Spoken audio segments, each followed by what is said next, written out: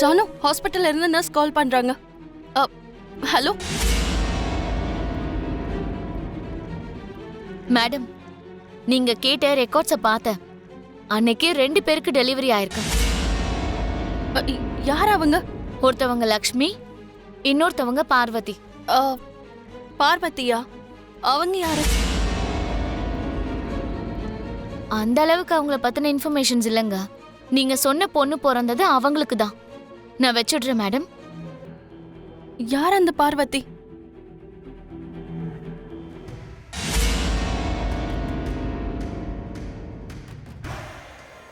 பார்வதி யாரு?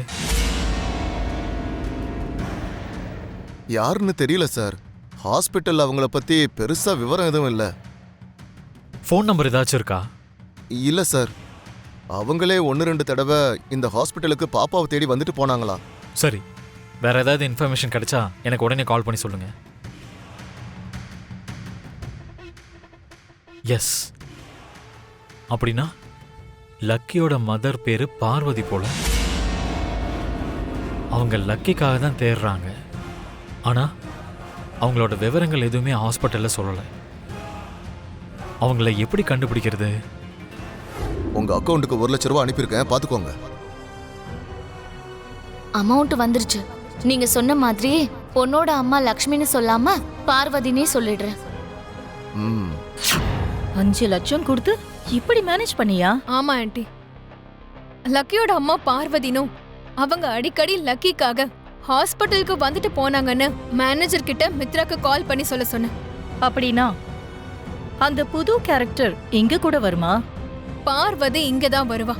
என் குழந்தை எனக்கு தான் வேணும்னு சொல்லி லக்கிய இங்க இருந்து கூட்டிட்டு கிளம்பி போயிடுவா. அப்போ மித்ரா பைத்தியக்காரன் ஆயிடுவான். லக்கி இல்லாம அவனால வாழ முடியாது. அதெல்லாம் பரவாயில்ல, எல்லாத்தையும் நான் பாத்துக்கிறேன் ஆண்டி. லக்ஷ்மி விட்டுட்டு போனப்போ லக்கியால தான் மித்ரா நார்மல் ஆனா.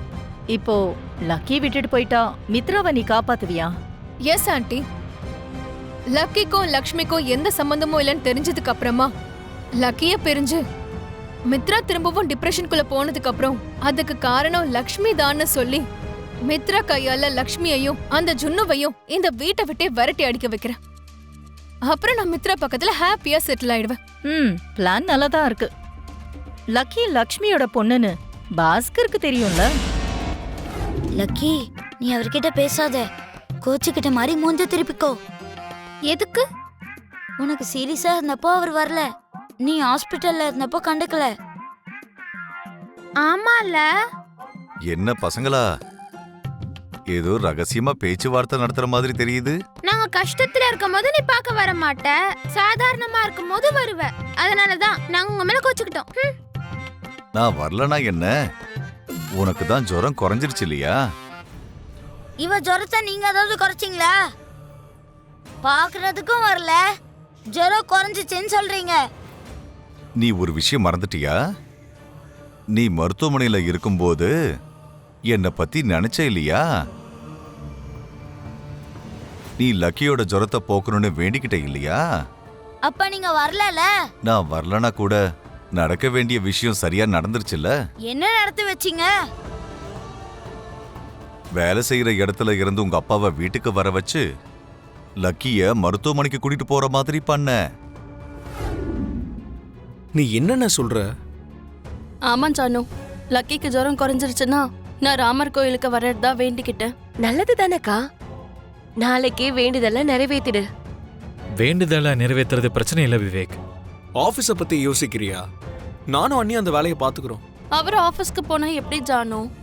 அவரையும் நான் கோயிலுக்கு கூட்டிட்டு வர்றதா வேண்டிக்கிட்டேன். ஆனா அவரை எப்படி கூப்பிடுறதுன்னு தான் தெரியல. நீ கேட்டா மாமா வரமாட்டேன்னு சொல்லுவாராக்கா? கண்டிப்பா வரமாட்டேன்னு சொல்லுவா. அவ இல்லாம என்னால இந்த வேண்டுதலை நிறைவேற்ற முடியாது. அப்ப அண்ணிய உன்னோட மனைவியா இந்த வேண்டுதலை நிறைவேற்ற சொல்றியா, இல்ல லக்கிய காப்பாத்துனதுக்கு நிறைவேற்ற சொல்றியா? நீ ஒரு ரத்தத்தை கொடுத்து லக்கிய காப்பாத்துனல, அதனால மாமா உன்னோட பேச்ச கண்டிப்பா கேப்பாருன்னு தோணுதுக்கா.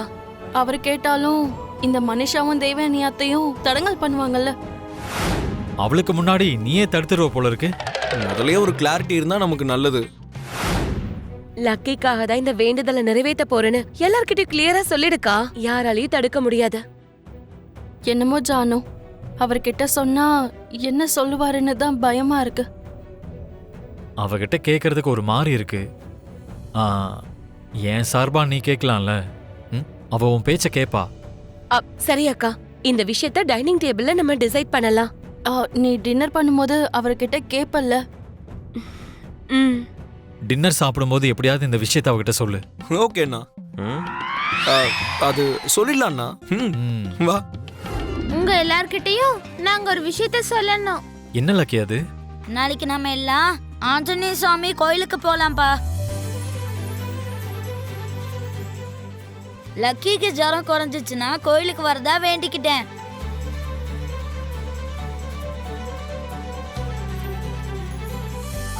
அப்படியா ஜுனு?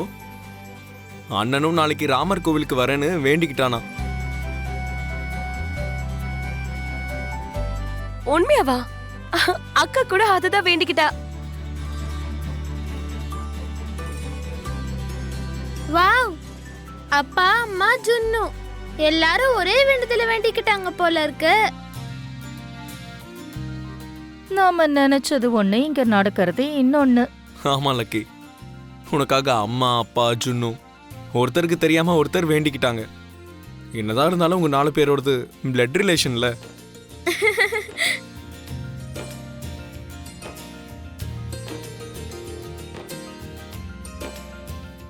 அண்ணி, உங்களுக்கு ஒரு விஷயம் தெரியுமா?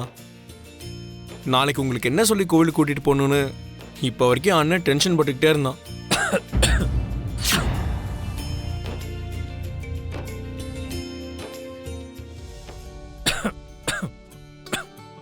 அப்படியா?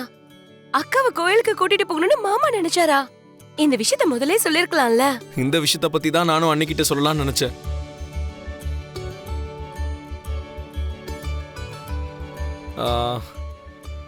ஆமா ஜானு, நீங்க அண்ணா கிட்ட ஏதோ சொல்லணும்னு சொன்னீங்க, அது என்ன விஷயம்? அதுவா, இன்னைக்கு சமையல் எல்லாமே அக்கா தான் பண்ணா. எப்படி இருக்குன்னு மாமா கிட்ட கேட்கலான்னு நினைச்சேன்.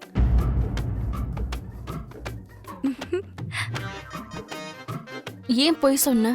அந்த விஷயத்தையே சொல்லிருக்கலாம்ல. மாமாவே உன்னை கோயிலுக்கு கூட்டிட்டு போகணும்னு நினைச்சப்ப நம்ம எதுக்கு அந்த விஷயத்த பத்தி பேசணும்? அப்படின்னா நம்ம எல்லாரும் சேர்ந்து நாளைக்கு கோவிலுக்கு போறோம். ஆமா லக்கி, கோயிலுக்கு போகணும்னு ஜுன்னு வேண்டிக்கிட்டான். உன் அப்பா வேண்டிக்கிட்டாரு. உன் அம்மா கூட மனசுல அததான் நினைச்சிட்டு இருக்காங்க. உன் சித்தப்பா சொன்ன மாதிரி இது ரத்த சம்பந்தம் இல்ல.